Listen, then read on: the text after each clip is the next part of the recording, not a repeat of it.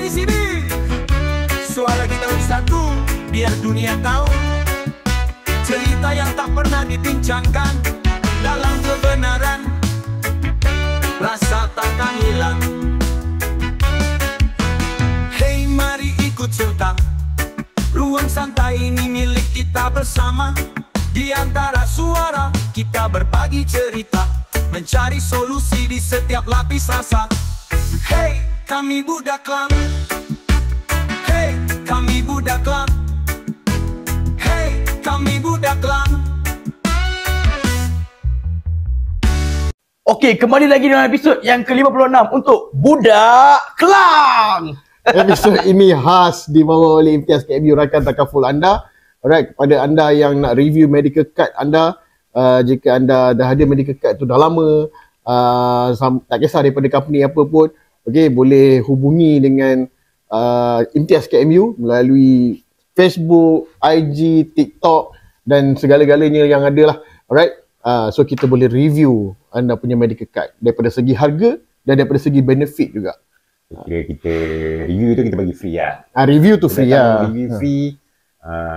Set kedai mana minum, kita lepak minum. Kita borak-borak santai. Ya, kita minum kopi arang. Kopi arang. So, weekend hari Jumaat, Sabtu, Ahad adalah weekend yang sangat murung lah bagi aku. Murung Sangat murung. Disebabkan ada sahabat kita lah. Kita tengok dia punya story-story. Dia update di social media. Dia sedang berlibur. Berlibur Liburan. Tapi kau kau tengok IG story. Aku ada dalam WhatsApp group. Tu yes. Oh, lagi bedil. Nanti kita akan tanya juga engkau kenapa engkau tidak memilih untuk left daripada group tu. Dan tak bersuara. Kau bersuara pada aku tau. Yang tak ada dalam group tu. So, Amy telah pergi meninggalkan kita untuk ke Yogyakarta selama 4 hari. So, lebih mengecewakan sebenarnya Tadi bila dia datang tadi, dia hanya berlenggang dengan seluar senting dia. Dengan seluar tablik dia. Aku mengharap jugalah dia ada bawa macam fish magnet. So, besok lah, esok jumpa lagi kita. Rokok G Samsu. Aku mengharapkan G Samsu tu je. Yang lain-lain aku tak kisah pun. Tak apalah, mungkin bukan rezeki kita. Esok. Alright, so ini macam mana Yogyakarta? Oh, it's been a great day. Yogyakarta bagi aku first time datang ke Jawa Tengah. Jawa Tengah, untuk Indonesia. Dan aku sebenarnya bila sampai dekat Yogyakarta tu, aku dapat itinerary. Sebelum pergi aku dah dapat itinerary, aku dah baca semua kan. Tapi apa yang berlaku dekat sana lebih daripada expectation aku sendiri. Lebih daripada expectation aku sendiri. Aku rasa macam biasa je, sebab selalu kita sebelum pergi lepas dapat itinerary, aku akan tengok YouTube apa yang kita nak pergi kan. Lepas tu aku rasa macam tempat ni. Alright. So sebelum pergi tu kau dah tengok YouTube? Dah review lah dekat YouTube. Jadi kita tengok boleh kot. Dan TikTok semualah. Bila sampai sana, pengalaman tu sendiri yang aku rasakan, rupanya expectation aku tak rendah. Rupanya ia sangat best. Sangat lebih daripada apa yang kau jangka. Lebih daripada apa aku jangkakan. Aku akan ulang Jogja ni.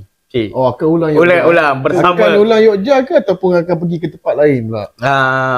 Tempat lain pergi juga tapi Jogja ni salah satu dalam list yang kita akan ulang untuk pergi. Boleh repeat lah. Boleh repeat. Alright. So, kau boleh cerita kan daripada kau pergi, sebab kau pergi pun kali ni ke airport tu kau menaiki bus aku dengar kali ni. Naik bus lah. First time tak adalah, banyak kali juga aku naik bus. Kau pernah lah sebelum Pernah naik bus. Kau naik dekat Bukit Tinggi tu? Bukit Tinggi, ya betul. Sebab dia satu-satunya yang kalau dekat area Kelang ni, dia memang direct terus ke airport lah, 1 dan 2. Dan dia memang tak ada singgah-singgah berhenti, tak ada. Dia straight je. Straight pula. Penuh lah bus? Masa aku pergi tu, yang menakjubkannya penuh. Sebab stewardess kan ramai ke bukan? Kau orang macam kau juga? Orang macam saya je. Kau orang bekerja kat area sana? Aku rasa ada yang untuk business trip pun ada juga. Sebab ada yang pakai suit juga. Tapi tak ada stewardess langsung lah yang naik? Tak ada. Mungkin selalu sebenarnya dia orang duduk dekat mungkin jauh daripada sini kan. Diorang selalu naik train je. So, dia orang mungkin dah beritahu kau ada dalam bas tu. Takut lah. Aku Berapa book tambah bas tu. RM16 sahaja. Murah. RM16. Kalau kita naik e-hailing lagi tinggi lah harga dia. Sebab saya pernah cuba naik heli RM65. Dia memang fix. Dia memang fix. Tak campur tol lagi tu. Tak campur tu. Oh ya? Okey lah tu RM65. Tu biasa 70 lebih sikit lah. Tengoklah kalau pergi bawa Goset, kita kena ambil besar sikit ni. Tak buat kalau kita yang biasa. Alright. So kau pergi naik flight apa ni? Asia. Malaysia. Aku ingat lagi AK347. AK347 itu pergi balik AK389. Aku ingat lagi. Sebab aku hafal aku nak tengok map kat mana. Okay. Asal ada pengalaman ni? Sebab aku yang dorang kan, mana dorang luara. Jadi aku yang tengok, AK mana. Tu aku hafal. So kau perjalanan ke Jogja tu berapa jam? Dijangka 2 jam 50 minit. Tapi disebabkan keadaan cuaca baik apa semua kan, dia jadi dalam 2 jam setengah macam tu. Dia short lah 20 minit. Pilot tu bawa laju tu. Pilot bawa laju. Kena check balik pilot tu takut kena saman. Tapi selalu Jumaat pagi memang jalan clear. Kau Jumaat pagi kan? Jumaat pagi. Pukul 6.30. 6.30 jalan clear. Jalan clear. Jangan 7.30. 6.30 6.30 sampai. Dia gerak flight 9.30. Oh 9.30 jalan dah clear. Sebab orang semua dah pergi kerja. Orang dah pergi kerja. Datang print dah. Flight memang boleh laju. Takut AES je lah. Tu je lah. Menarik ya. Alright, so once kau reach Jogja. Okay. Aku nak kau cerita masa kau sampai dekat airport tu, apa experience yang kau dapat? Okay. Dekat airport tu lagi, airport sampai kau keluar. Airport apa ni? Nama airport tu apa Alamak, nama airport je aku lupa lah. Kalau nama bukan? Kau nama flight kau boleh ingat. Nama airport tu aku tak ingat lah. Tapi dia yang aku diberitahu dia adalah airport baru. Kalau boleh Google, boleh Google? Boleh. Airport yang baru. YIA kan, YIA. YIA. Bandara. Dia kalau airport dalam bahasa International Airport. Jogja International Airport, tapi dia airport yang baru, bukan airport yang sedia ada. Dan airport tu lebih besar daripada airport yang sedia ada tu lah. Okay. Jakarta International Airport lah. YIA, bandara. Ya, bandara. Okay, jadi bila aku sampai tu macam biasa lah. Aku agak minat juga dengan seni-seni Jawa sebenarnya. Sebab dia orang kan, aku suka tengok cerita hantu, thriller Jawa-Jawa ni. Jadi setiap ukiran tu aku suka. Dia thriller lah. Dia tengah fikir apa relate dia. Okay. Apa relate dia? Cerita hantu dengan seni Jawa. Seni Jawa, ya. Maksudnya gambar-gambar patung, gambar-gambar patung tu. Dia bukan gambar patung tu, memang patung seketul. Tu memang patung macam biasa lah. Aku kadang-kadang kan macam tak betul sikit. Aku tengok mata kan, gerak mata patung ni. Benda-benda itu yang aku nampak lah mula-mula kan. Kalau gerak kau nak buat apa? Lagi lah. Okay, jadi aku tengok patung. Patung okay lah. And then aku sampai tu orang-orang vibes Indo tu aku dah rasa lah. Macam mana vibes Indo? Aku rasa dari segi pemakaian lah. Aku tengok kan, sebab aku suka tengok IG aku ada follow yang artis Indon juga, artis Indon. Lepas tu sebab band. Jadi dress up anak-anak skena, anak-anak Vespa tu dah ada. Aku dah nampak dekat airport tu. Aku nampak okay, aku dah sampai tempat yang betul. Okay, jadi masuk airport semua tu macam biasa. Lepas tu tour guide kita datang. Dekat sampai airport tu dah ada punca dah maksudnya. Aku ada satu kita punya manager, district manager, Mickey, dia dah buat hal lah. Dia dah mamai semua, bag dah tinggal. Bag dah tinggal dalam airport. Bag tinggal kat dalam Dia lupa ambil lah. Dia lupa ambil tapi dia dah keluar. Dia dah keluar. Dah tenang kan. Lepas tu mana bag lah dah jadi punca. Dia awal-awal dah punca lah. Tapi dapat balik lah. Dapat balik agak lama sikit lah. Tapi sebab kalau bag tinggal, polis mesti ambil ni. Ada bom kan. So lama agak lah untuk tunggu dia tu. Lama kan. So siapa settle kan tu? Dia dengan AM Zaim. Zaim yang pergi lah. Turun naik tu. Kita orang kat luar je lah tunggu kan. Tour guide pun sampai. Kita ambil gambar. Semua kita ada ambil cameraman juga sebenarnya.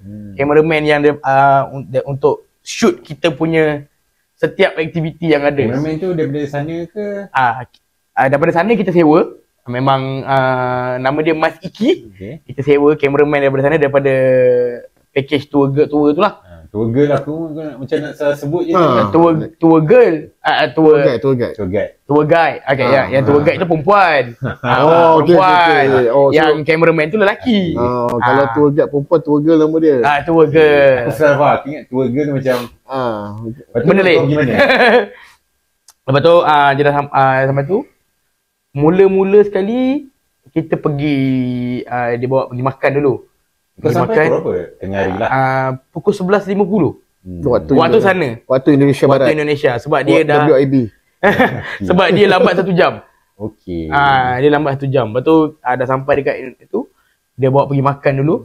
Pergi makan dekat warung apa nama dia. Tapi dia bukan warung lah, dia sebenarnya nama je warung. Warung tapi, tu restoran lah. Nama je warung tapi dia memang mewah. Kita datang-datang. Itinerary kau nak apa nama restoran? Itinerary. Okay, itinerary memang ada itinerary tapi nama restoran tak bagi. Okey. Dia macam misteri. Ada benda-benda misteri. Okay, jadi kita pergi makan dekat restoran tu. Dah makan-makan apa semua siap. Makan apa?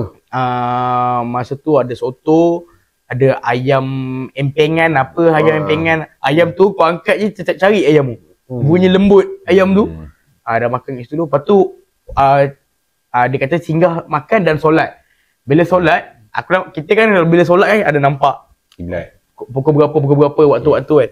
Aku lepas solat semua tu, kita tengok waktu solat tu sana Zohor dia 11.20. 11.20. 11.20. Asar dia pukul 3. So kau sampai 11.50. 11.50. Macam tu. So macam memang dah kena solat lah. Jumaat terlepas lah. Jumaat sebab tu Jumaat memang terlepas lah sebab masa dia warung tu dengan masjid sebelah-sebelah. Jadi kita tengok asal masjid tu kan. Ramainya orang pukul berapa? Ramai orang tu bukan pukul berapa, orang balik. Orang balik daripada masjid tu sebab 11.30 kan. So balik ni daripada masjid awal lagi. Rupanya dia tengok dekat dalam carta tu, awal, solatnya awal. Beruntung lah sebenarnya aku dah tahu beruntung itu duduk Malaysia ni. Dia waktu solat dia macam bercanggah sikit. Maksud aku kau faham tak? Maksud aku kalau kita kan Zohornya pukul 1, kau rehat boleh solat. Diorang pukul 11. Subuh dia rehat pukul 11. Maybe dia punya lunch. Mungkin kot. Diorang masuk pukul 6.30 kerja. Maybe kot. Sebab sana 6.30 dah panas Panas terik. 6.30 pagi. Kau kena tahu, ni satu fakta aku nak bagi tahu kat kau. Itulah waktu solat yang sebenar satu Malaysia. Satu dunia. Malaysia je yang ubah sebab kita nak sama Semenanjung dengan Sabah Sarawak. Kita nak sama Semenanjung dengan Sabah Sarawak tu nak sama waktu. Dulu Tun Mahathir dia tukar waktu tu. Okey. Mana baru tahu ni. Kalau tak waktu solat semua satu dunia solat, mana ada maghrib solat pukul 7.30. Semua tempat semua satu dunia 6.30. 6.30 betul? 6.30 kat sana kan. So sana gelap dia awal pukul 5 dah gelap. 5 petang. Dia dah gelap. So jadi sebab tu aku tengok dekat itinerary dia kata tengok sunset. Tapi sunset tu pukul 4. Pukul 4 ke pukul 5 macam tu kan. Sunset pukul 4 pukul 5. Kalau kat Malaysia pukul berapa kan. Jadi sampai sana yang malangnya hujan lebat. Jadi sunset tak ada lah. Tak dapat tengok lah. Kau tengok sunset tu dekat mana? Oblique Sea View. Nama tempat tu aku ingat. So daripada sebab dia mewah. Tempat makan tu? Sorry. Kita orang singgah ke rumah batik dahulu. Beli baju batik untuk tengok dia, dan itu rumah batik itu adalah satu, kalau kat Jogja adalah satu tempat yang orang kata eksklusif lah untuk mahal lah batik. Mahal juga sebenarnya. Mahal juga. Tapi ada beli batik situ? Ada beli. Beli juga lah. Beli satu batik Indonesia lah. Batik Malaysia. Of course lah kan, takkan dia jual batik Malaysia. Sebab pattern dia aku beli pun aku tak beli untuk aku lah. Aku beli tu. Terima kasih. Boleh bagi. Mahal. Koyak. Aku beli, aku tengok dia cantik, so aku belikan mak ayah aku dulu satu pasang. Okey, sebab aku tengok itinerary hari ke terakhir ada lagi singgah dekat toko-toko nak beli tau.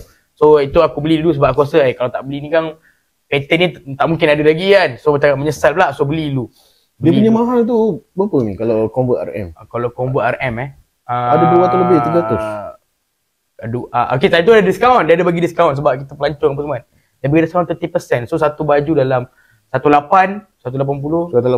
Itu harga dia kalau dapat. Satu baju 180,000 ke? Ringgit. Kalau RM lah. Kalau RM. RM. RM. RM. RM80,000 murah.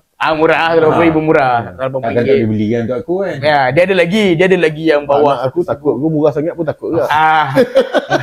Kan. Itulah yang pengalaman aku tengok, oh okay best. Lepas tu selepas tu baru kita bergerak ke Oblique Sea View nama restoran tu. Jauh daripada Jauh. Okey. Restoran dengan kedai batik tu Berbeza. Jauh. oh jauh juga. Okey, airport pergi kedai batik sejam. Daripada kedai batik pergi Oblique Sea View 1 jam. Okey. Dia jauh. Dia sebut jauh. Okey, suasana jalan ni macam mana? Adakah macet? Macet tidak. Tidak macet pada hari biasa. Normal je. Kalau dia kata hari Sabtu Ahad macet. Dan memang betul pun. Sebab kita kan pergi Jumaat, Sabtu Ahad, Isnin. Jadi hari Sabtu Ahad tu dia macet sikit lah. Hari biasa, hari Jumaat sampai tu biasa je, tenang. Sampai ke Oblique Sea View tu. Jadi Oblique Sea View tu sebenarnya dia dekat atas bukit tau. Dekat atas puncak bukit. Lepas tu kami dah sampai tu dia hantar dekat tempat parking jeep tapi bukan jeep yang macam Pajero semua lah, yang bertutup yang selamat. So parking kat situ dulu.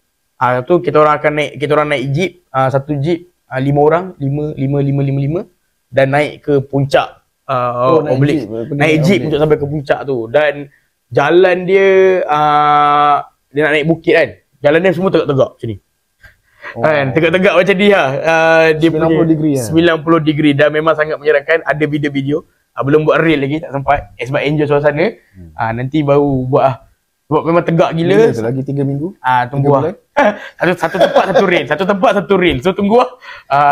Sampai ke puncak. Bila sampai puncak tu, yelah kita dimumukkan dengan atas tu ada kelab-kelab lah. Kelab yang untuk bar, makan semua. Tapi dia berasing Clubhouse lah. Clubhouse lah. Dia ada clubhouse kat atas. Lepas tu dia ada tempat show. Orang buat show, nyanyi-nyanyi, baskers. Awet-awet tune semua kan? Awet-awet. Time tu aku memang okay, awet cewek-cewek Indonesia okay. Time tu aku dah start lah.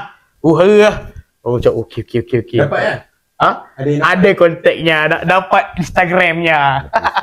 Instagram je lah. Nanti kita pergilah kali kedua, ketiga. Itu yang baca lagi 2 minggu, unfollow. Sebab Instagramnya. Tapi tak apa, aku dah story lain dia dah like dah. Dia dah nampak. Okay, so bila sampai kat Oblique Sea View tu, kita orang ambil gambar, kita orang layan. Time tu ada show, tapi show tu daripada Malaysia pula orang yang buat show tu, orang Sabah. Ya. Orang Sabah buat show tu. Dia kerja kat situ lah. Dia bukan kerja. Dia memang tiap minggu ada satu show daripada luar semua. Sebelum kebetulan masa kau pergi tu. Sepatutnya aku sampai tu sunset. Tapi sunset tak ada. Dia gelap mendung je kan. Jadi diorang teruskan dengan show orang yang daripada orang Malaysia tu lah. Diorang macam di bahasa dia buat diorang macam apa, berpakaian perempuan. Diorang lelaki semua 5-6 orang berpakaian perempuan. Lepas tu diorang nyanyi lagu-lagu perempuan lah. Lagu-lagu daripada Indonesia lah. Lepas tu buat menari apa semua. Diorang engage dengan ni. Best lah. Kelakar. Dia kelakar best semua ada. Arbok lebih kurang lah. Dia bebas best lah. Aku tengok show tu. Tapi dalam masa show tu aku pusing-pusing juga. Ambil gambar daripada atas ke bawah, gambar-gambar pemandangan macam-macam kan. Sebab aku sampai tu dah gelap tu dah habis. Dia tengah nak maghrib. Ada nampak lah garisan-garisan sikit sunset tu kan. So boleh lah ambil gambar cantik. Lepas tu dah habis semua tu. Ada band. Baru ada show band malam tu. Berapa lama kau kat situ ni? Aku rasa 2 jam ada kat situ. Lama kat situ. Ada show band. Tapi band tak makan situ kan? Tak makan. Makan jajan-jajan je lah. Sebab tempat tu besar.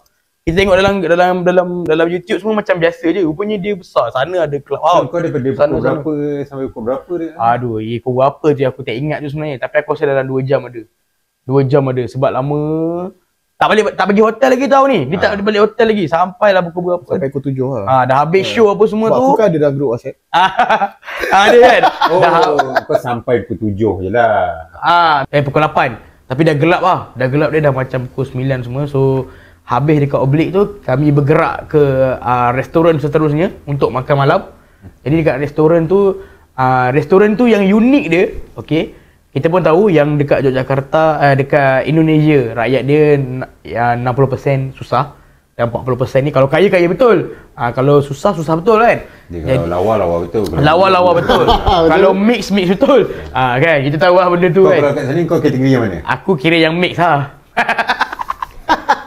Okey, lepas tu aku sampai ke tempat tu.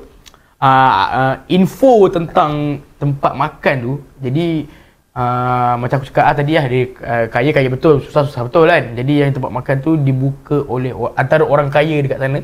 Okey. Dan bangunan tu bertemakan British dan juga dimasukkan dengan elemen-elemen Jawa. Ini orang kaya yang dia ada bisnes silver tu Ya. Yeah. Oh, dia memang kaya. Tahu dia ada bisnes silver. Famous dia. Famous juga. Nama dia ingat di area Perenggan. Mas apa nama dia? Mas Joko. Jadi dia buka restoran tu untuk pelancong lah sebenarnya. Untuk orang makan dan juga mengenali beberapa budaya Indonesia sebenarnya. Sebab dekat dalam restoran tu dia ada sejarah-sejarah tersendiri. Kan cakap tadi dia bertemakan British dan gambar-gambar kat dinding tu ada gambar Queen Elizabeth pun ada kat situ. Queen Elizabeth pernah datang tempat tu. Pernah makan kedai tu? Tak tahulah makan ke tak, tapi gambar lah dia orang bergambar. Gambar dengan Queen Elizabeth, design dia. Tak ada. Queen Elizabeth dan ada gambar-gambar lama-lama lah, gambar-gambar dia orang bawa gamelan berjalan macam apa orang kata perarakan. Dekat kawasan tu. Gamelan betul. Gamelan. Okay. Dan dalam tu sendiri memang ada gamelan yang usia dia dah beratus tahun dah. Memang dah beratus tahun dalam tu sendiri dengan ikat kain kuning, kain merah. Aku kalau dah ikat tu aku tak usik dah. Tak berani kan. Tak jadi apa-apa. Ada dengar apa-apa muzik tak? Tak ada. Tapi ada satu budak ni gatal, Ella nama dia. Ada sibuk ketuk-ketuk benda tu. Tapi memang kita dah kata lah malam kan. Tapi dia datang ada husband dia. Selamat sikit kan. Macam awak seorang-seorang bahaya ke? Takut apa-apa kan tak tertolong. Bukan ada Farido. Kau bilik malam buka nasyid kau tak lagi lah kena kacau kalau bilik macam tu. Jadi kat situ dah tengok gambar-gambar dari kisah-kisah lah kan, dah sonok-sonok tengok tapi tak tanyalah kisah dia macam mana sebab tak dijelaskan sangat secara terperinci. Dia macam kalau kat Malaysia ni kita boleh panggil dia macam Saloma Bistro lah. Dia betul bangunan tema macam lama British kan. Tapi dia bawa elemen Malaysia kan. Sama lah dia bawa elemen Jawa. Ada kain batik dalam tu. Lepas tu kedai tu 2 tingkat. Dia punya tangga kayu tu, aku rasa dia tak pernah refurbish kot. Dia pakai je tangga kayu yang memang lama tu, yang kau pijak tak risau. Dan dia tegak macam tu. Dia bukannya macam tangga biasa. Memang tangga tu tegak. Jadi tangga sempit, kecil. Berpusing ke straight je? Macam ni. Dia 3 kali step. Tegak, kanan, belakang. Dia 3 kali step. Tapi memang seram lah. Kalau kau daripada atas turun ke bawah tengok tak nampak. Kalau bergulik memang patah riuk lah. Sangat bahaya. Kita orang terpaksa seorang-seorang naik lah, tak boleh semua sekali. So ini restoran kedua kau makan dekat Jogja? Untuk makan malam. Lah. So apa yang special kau rasa yang yang kau rasa macam kau try lagi? Dia semua kau buffet kan ni? Buffet. So dia ambil banyak kali. Yang lauk-lauk buffet lain tu biasa aku tengok dah. Ayam, angkringan, empengan, macam ayam geprek semua tu aku dah biasa tengok. Jadi ada satu yang menarik minat aku adalah satu stesen dia buat mi saja. Dia buat mi goreng dan dia buat mi macam mi lakna semua tu. Mi kungfu ke mi lakna ke pun tak pasti sangat. Mi kungfu. Kuih kungfu aku selalu dengar, mi kungfu tu jarang. Ada. Okay, so kat situ aku yang nampak saya situ mula-mula. Diorang semua macam makan nasi. Lain nampak tak? Nampak. Kau jangan buat pasal tempat tu memang seram. Dia bukan seram, dia elemen Jawa kan. Jadi sepanjang tu dia memang ada vibe dia. Aku suka tengok cerita hantu. Jadi vibe hantu tu aku bawa. Walaupun tempat tu biasa je. Bila aku tengok ada ratusan tahun punya gamelan lah, gambar lama-lama, aku pun macam dia ada barang-barang antik juga dekat dalam almari-almari kaca. So benda-benda tu semua aku memang tak usik lah. Dah beratus aku tak tengok je lah. Mi yang kau cakap. Okey, mi tu adalah mi goreng dan mi yang diorang pakai tak sama langsung dengan mi yang ada kat Malaysia. Tak sama. Bukan. Tak tahulah apa benda mi kan. Dan dia tak macam mi, dia lebih kepada aku rasa boleh katakan kenyal mi tu macam pasta pun ada. Dia keras sikit. Dia tak betul-betul lembut macam mi misal. Dia tak kembang, tak kemik pula. Tak ada kurus sangat, tak kembang sangat. Dia man-man, dia ngam-ngam. So aku makan mi tu minggu ni tu. Aku makan mula ingat sikit je macam nak rasa nak makan nasi. Aku nasi tak makan lagi ni. Makan. Lepas tu cakap, sedap pula makan mi ni. Okey, ambil mi tu 2 kali. Mi yang goreng tu 2 kali makan. Lepas tu baru pergi nasi. Pergi nasi pula. Okey, so makan ayam penyet semua. Lepas tu yang menarik minat aku dekat nasi tu, dia buat macam kuah lemak tapi pucuk paku kan. Pucuk paku. Kalau macam kita pucuk paku tu dia memang sepah. Macam diorang dah gumpakan bulat, letak susun. Macam takoyaki pula. Senang lah untuk ambil. Senang untuk ambil kan. So macam takoyaki. Tu menarik lah. Aku tak pernah jumpa. So dia pakai tangan dia, ambil tangan tu dia tak apa lah. Awet lawa, yang buat tu lawa. Aku tahu. Tak, yang masak je, yang gumpal tu. Yang gumpal tu. Macam mencik Jadi bila aku dah makan semua tu, dah makan nasi, aku kembali balik ke stesen mi tu untuk makan mi sup pula yang aku cakap mi lakna, macam mi lakna ke mi kungfu tu kan. Makan tu pula. So dah makan. Kenapa kau cakap mi tu sedap sangat ni? Mi tu sedap sangat? Apa yang lain dia? Cuba kau olah expresskan sikit. Dia nak rasa, dia sebenarnya rasa dia agak macam Maggi ayam. Tapi tak rasa macam Maggi ayam sangat. Dia rasa macam manis-manis, pedas-pedas. Lepas tu kuah dia pekat. Sebab ada telur, ada apa kan, dia pekat. Lepas tu dicampur pula dengan diorang kan ada bumbu kan. Bumbu semua kan. So rencah-rencah tu memang sedap. Betul. Kau tak boleh describe rasa tu, kau akan pergi rasa. Aku buat video ni sebab kau pergi. Rasa dalam keadaan tu memang dia burst aku punya flavor lah kat dalam mulut. Burst pop sedap. Dia punya cara cakap dia macam kena giok jam malam. Kan kena giok jam. Burst macam aku belum cukup lagi. Belum cukup untuk menarik aku lagi. Belum cukup lagi. Dia memang rasa sedap. Aku tak boleh describe rasa tu, tapi kau takkan jumpa benda tu kat Malaysia. Tu je aku boleh cakap. Ya, sebab once selalunya bila kita travel, benda yang kita nak rasa is makanan lah. Bila makanan kan, kita pergi mana-mana pun makan adalah benda yang kita rasa sebab tak sama dengan Sebab apa kita kena makan hari-hari. Betul. Kena makan hari-hari, betul, setiap masa. So kau settle makan, kau bergerak ke? Kami bergerak ke hotel. Tadi semua belum check in lagi. Ni dah habis baru check in. So kau check in dalam pukul berapa tu malam? Aku check in malam dalam pukul 10 macam tu kot. 10 waktu. Nama hotel tahu Nama hotel The Harper. Hotel Harper. Dia ada D kat depan.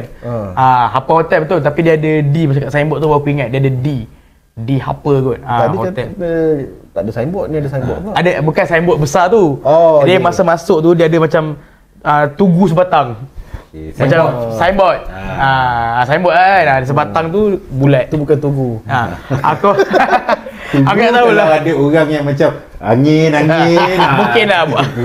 Mungkin lah aku ingat mungkin nama hotel tu Hotel Harper. Di Harper tu mungkin nama restoran untuk dalam hotel tu. Mungkin yang tu. Sebab kan restoran kan lain-lain. Itu aku tak sure. Tak sure. So hotel yang kau pergi tu macam mana? Okey. Sebab bila travel ni ada orang lain beza dia. Ada orang mementingkan keselesaan tempat tidur. Tapi macam ada orang dia tak kisah pun pasal hotel ni. Mana-mana janji tidur Janji tidur sebab yang penting bila pergi travel ni aktiviti yang buat dekat hotel dekat tempat itu kita. Tapi engkau aku tahu. Kau orang yang sangat mementingkan ada kelas kan. So hotel ada kelas So hotel ni macam mana? Okey, hotel tu memandangkan ianya hotel 4 bintang. 4 bintang 4 bintang. Okey. 4 bintang hotel ke 4 star review? Kau kena confirm ni. 4 star hotel. 4 star hotel. So memang staff dia pun macam sangat membantu sambut kita orang semua best lah. Sambut normal lah. Pergi mana-mana pun sambut memang best, memang kena senyum macam stewardess lah kan. Kena senyum, kena apa. Tapi dia sangat membantu lah. Apa-apa dia orang macam kalau macam ada hotel kau tanya, kejap saya tanya resep, saya tanya ni kan. Dia tak ada, dia macam okey ikut saya pak, buat pak, dia yang buat semua. Dia yang buat semua. Jadi bila masuk hotel tu 4 star hotel, kita pun tahu lah memang mewah apa semua lah. Lepas tu dah masuk dalam bilik yang menarik sebenarnya. Di dalam bilik tu yang menarik sebab aku first time jumpa smart room apa panggil apa? Smart room kan. Sebab aku mula masuk kita mesti nak dengar lagu dulu buka TV. Tapi Aku masuk-masuk bilik hotel cek kiblat. Tak. Itu aku nombor 10 bila aku. Macam aku, okey salah. Macam aku masuk rakam dulu. Rakam dulu. View-view luar semua kan. Okay, rakam dah settle semua tu. Aku pun mencari remote TV untuk buka lagu chill-chill sikit sebab nak mandi, nak apa kan. Lepas tu aku cari remote tak ada. Macam mana remote ni? Rupanya aku tengok kiri kanan ada Alexa kat situ. Alexa yang Google kan. Hey Google kan. So aku cakap dengan dia, please open TV, please turn on the TV and play Nick and Salindri song dekat TV tu. Jadi dia buka semua. Lepas tu kan, gempok gila.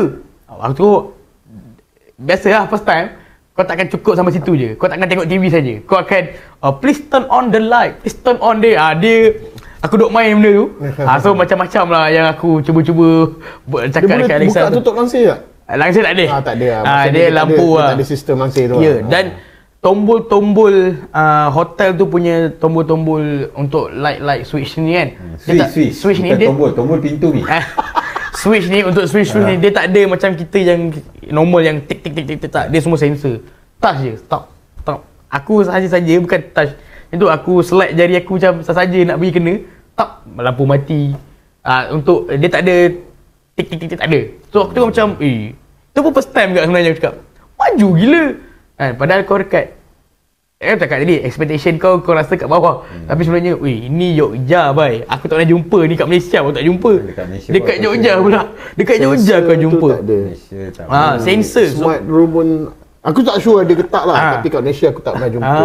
Itu overseas kalau maybe dia, tapi aku pun tak pernah lagi duduk hotel yang boleh lah. Sebab smart room ni kita tahu mesti hotel yang ni cakap 4 star kan. Dia smart. Pandai. Hotel tu pandai boleh cakap. Boleh cakap. Susah untuk dapat tetamu bodoh macam ni. Batak tau. Baik-baik benda tu kan. Batak kan. Tapi aku rasa dia akan jadi masalah juga. Tak tahu lah, Google dia boleh tangkap bahasa lain. Kalau dia campur-campur Thailand sikit, cakap bahasa Inggeris sikit, dia dapat detect ke tak? Kalau dia dengan Google boleh. Ya. Kau tak try langsung cakap Melayu ke? Tak try langsung. Allah, 4 hari kau kat situ tak cakap bahasa Inggeris. Silap kalau ni ada habis semua bahasa dia try. Try.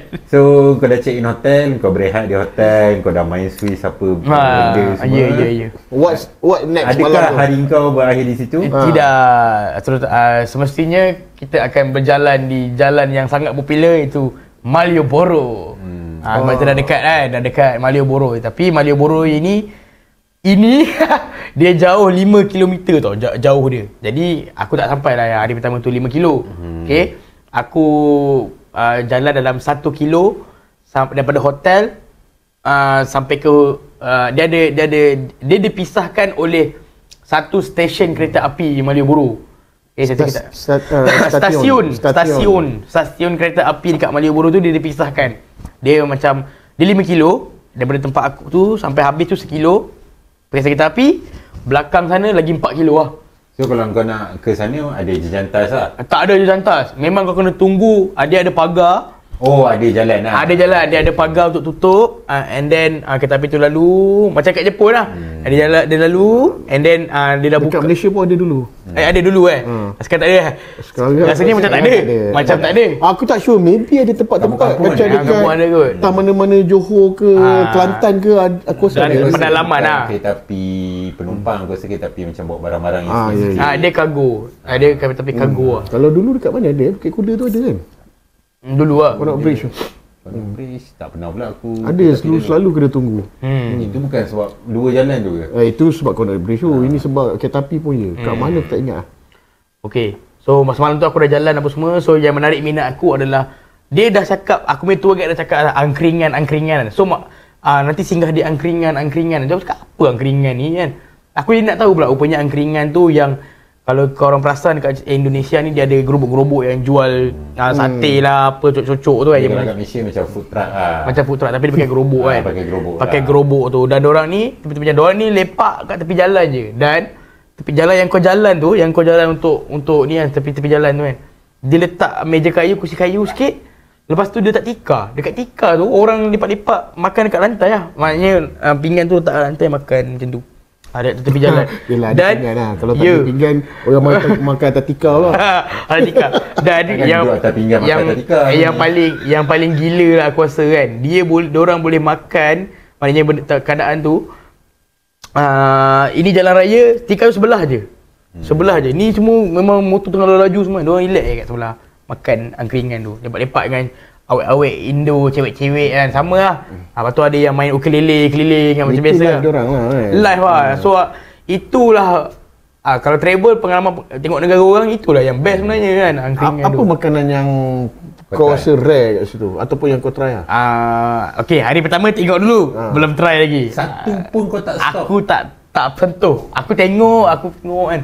Ada cerita kat aku. Tengok tour guide cakap nasi kucing apa semua. Dia panggil nasi kucing. Nasi kucing. Tapi dia bukanlah nasi kucing tu. Dia nasi tu macam nasi lemak RM1 tapi macam ada ni ikan, ni ayam. Ni tapi bukan ayam seketul. Ayam cari tu. Ni ikan, ni ayam, ni lele. Kau sebenarnya kau tak try sebab kau takut sebenarnya? Ya, sebenarnya takut. Takut apa? Takut. Kau takut halal tak halal kan? Itu satu hal juga kan. Satu hal sebab dia kan Jawa kan, dia bukannya semestinya Islam. Lepas tu kau takut dia bersih ke tak kan? Ya. Itulah pengalaman aku first time pergi Indonesia. Ya. Betul-betul tepi jalan. Dengan tepi jalan dengan motor, lepas tu dia tak tutup, dia biar je macam tu. Kau pun goyang tak sebenarnya? Mula-mula dulu aku rasa macam tu. Tapi kalau sekarang, itulah tempat pertama yang aku akan pergi. Aku takut lagi lah. Sebab dah tahu lah. Sebab dah tahu. Tapi tak berani try untuk hari pertama. Nak try, memang nak try. Tapi bukan hari pertama. Hari nak balik baru cuba lah. Itu hari ini cerita hari pertama aku. Jalan malam tu. Adakah berakhir di angkringan? Tidak berakhir di angkringan. Pergi Alfamart dengan Indomaret dia. Beli-beli barang-barang, nak mandi, nak apa. Ada benda-benda yang tertinggal. Ada kawan-kawan lain nak cari air, nak cari apa yang normal lah. Benda normal. Itu kita orang tak nak tahu sangat. Kalau pergi Langkawi pun sebelum balik sama kan. Lagi sama. Cumanya lagi sambung ni. Sambungnya dah habis tu. Sebab dia kan duduk tepi jalan apa semua kan. So balik ke hotel, rehat lah. Itu hari pertama aku berakhir macam tu. Tak adalah jalan Malioboro lah, jalan tengok angkringan semua, so balik. Tapi aku nak tanya sikit, hotel tu dia hujung Malioboro ke macam mana? Ke dia tengah-tengah ke apa? Okey, dia daripada Tugu Malioboro tu, Tugu Jogja kita panggil, dekat roundabout Tugu. Okey, dan kita daripada Tugu tu sampai ke hotel tak sampai 3 minit pun. So maknanya kita di awal-awal Tugu tu. Di awal Tugu. So di permulaan Malioboro. Permulaan Malioboro. Maknanya nak sampai ke kereta api, nak sampai ke stesen kereta api tu 1 kilo. Kita orang jalan, dia kan ada kiri kanan jalan. So kita orang jalan belah kiri dulu sampai stesen kereta api, kita orang lintas jalan, patah balik tu ke belah sana pula. So kita orang merasalah kiri kanan punya keadaan. Macam tu. So balik ke hotel hari kiri pertama. Ke kanan? Kiri. Kanan tak best. Kenapa kiri best? Sebab dia area hotel kot. Belah sini banyak hotel, belah sana semua kedai.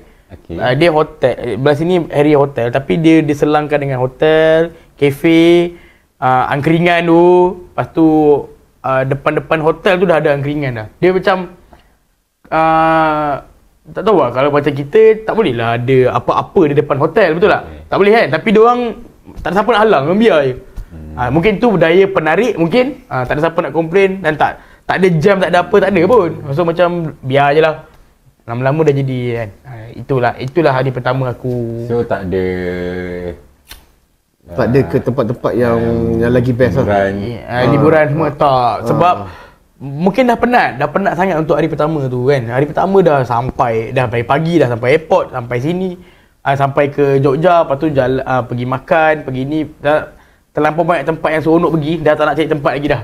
Nak rehat dulu sebab besok aktivitinya lebih dahsyat lagi. Lepas tu nak rest.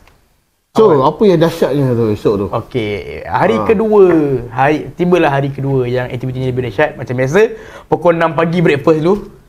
Breakfast. Mana breakfast? Lepas breakfast tu kita nak. Breakfast macam biasa. Okey. So lepas breakfast tu yang seronoknya tempat pertama yang kami tuju adalah Candi Borobudur. Itu memang wajib lah. Ikonik macam datang Malaysia pergi KCC lah. Kau pergi Jogja tak pergi Candi boleh. Masjid negara aku. Sebab dia tempat ibadah kan. Candi Borobudur. Candi tu Okong. Putrajaya aku serut. Nah, jadi Masih Putrajaya. Putrajaya. Banyak kan Putrajaya kan.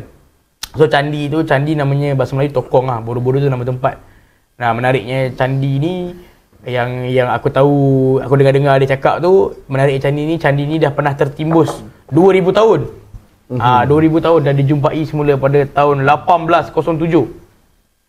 1807. Tapi dibaik pulih pada tahun 1963 sampai 73, 10 tahun lah dia orang baik pulih. Dan candi ni tak, orang kata apa, tak berapa sempurna sebenarnya sebab dia dah pernah tertimbus dan ada gempa bumi yang menyebabkan patung-patung kat situ ada yang kepala tak ada, ada juga batu-batu blok tu yang ceritanya tertutup sampai separuh sebab batu blok tu separuh dah hilang. Dia dah runtuh kan, so tak tahu macam mana jalan cerita tu, frame-frame tu. So candi Borobudur ni nak pergi tu jauh daripada tempat, dah sampai tu 1 jam daripada perjalanan, daripada hotel ke candi tu 1 jam. Jadi dah sampai tu, daripada tempat tiket tu sampai ke dalam tu kita kena naik bagi, tukar slipper, dia tak boleh pakai kasut sebab dia tempat suci agama Buddha dan dia adalah salah satu temple yang terbesar di dalam dunia untuk agama Buddha dan agak tertua. Tapi ada mitos-mitos kata dia paling besar tapi tua belum tentu. Yang tertua belum tentu sebab dia ada lagi candi yang lagi tua. Tapi yang pastinya dia lebih tua daripada Angkor Wat kat Cambodia. Ada lagi tua daripada tu. Okay. Dekat Indonesia banyak candi. Dekat Yogyakarta pun ada banyak candi sebenarnya. Tapi candi yang kita pergi, candi yang besar lah dekat Yogyakarta. Lepas tu nak masuk tu kena pakai slipper yang diberi apa semualah. Dia ada khas lah untuk menjaga kesucian candi tu. Sampai sana bergambar. Kita ada tour guide juga. So tour guide ni dekat sana, bila dekat sana tour guide ni menceritakan tentang frame-frame yang ada dekat candi tu. Frame-frame yang ada dekat candi tu. Lepas tu candi tu ada 7 tingkat. So, tingkat atas sekali adalah Nirvana dia panggil. Nirvana Nirvana. Paling dekat dengan syurga. Paling dekat dengan syurga. So kau dah sampai paling tinggi lah. Dah sampai dah. Kau dah dekat dengan syurga ni. Aku dah jumpa Nirvana aku. Nirvana. So tujuh tingkat tu jarak dia memang tinggi ke? Dia memang tinggi. Aku dah tengok story dia, orang kata good luck apa semua naik tangga kan. Sebab aku dengar 50 anak tangga je kan. Dia 50 anak tangga. Lepas tu dia tegak. Lepas tu untuk menghabiskan satu pusingan tu, tingkat paling bawah nombor 1 tu pun dah besar. Maknanya dia semakin mengecil pula. Lepas tu dia jauh lah. Maknanya tingkat paling bawah nombor 1 tu jauh. Lepas tu setiap satu frame tu ada cerita-cerita dia tentang raja dia. Bagaimana raja dia bertemu agama Hindu, lepas tu bertemu agama Buddha, lepas tu kahwin, lepas tu perlawanan, macam-macam cerita lah untuk setiap satu frame. Dia macam buku cerita, kau kena pusing. Tapi dia tak adalah cerita pasal semua kan, dia cerita yang menarik-menarik lah. Okey, ini tapi dia cerita dia sebelum raja tu lahir lagi dah ada cerita. Sebab tu dia macam kalau dia cerita pasal satu raja ke apa ni? Pasal raja, pasal rakyat, pasal agama. So banyak benda lah. Kalau betul-betul tu satu hari pun tak habis. Tu tulisan apa? Tulisan tak ada. Dia tak ada tulisan. Dia menggunakan gambar. Gambar dia okey. Bentuk macam kau pergi Egypt tu gambar. Kau tahu apa yang diceritakan? Tour guide tu cerita. Mana kau yakin yang diceritakan benda betul? Dah kerja dia. Macam kau lah, kerja takkan full. Mesti kau tahu. Aku ada dalam agreement. Orang agreement. Dia samalah, dia cerita. Dia orang yang aku rasa orang yang kerja tu adalah orang yang wajibnya dia kena minat sejarah lu. Arkeologi semua. Dia kena minat sejarah. Kalau tak minat dia tak boleh cerita macam tu lah. So aku bersyukur gak tour guide aku dapat pun sangat bagus dan cara penceritaan dia semua tu memang kau dengar sedap lah.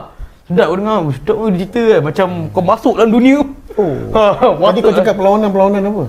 Perlawanan. Jadi itu mengisahkan antara raja dia yang menjadi ikutan rakyat lah. Selalunya raja nak kahwin dengan rakyat, kahwin je lah. Betul tak? Kahwin je lah. Tapi raja dia jenis macam tak nak macam kahwin je dengan rakyat. So perempuan yang cantik tu memang direbut oleh jejaka rakyat biasa juga. Tapi untuk memenangi hati, memang kalau dia nak kahwin dengan perempuan tu mesti dapat terus. Tapi untuk memenangkan diri dia di mata lelaki-lelaki lain. Cuma tahu aku lagi layak daripada kau. Kegagahan. So diorang buat perlawanan. Antara perlawanan dia adalah dia melawan gajah. Diorang ni 7-8 orang kena menjatuhkan seekor gajah.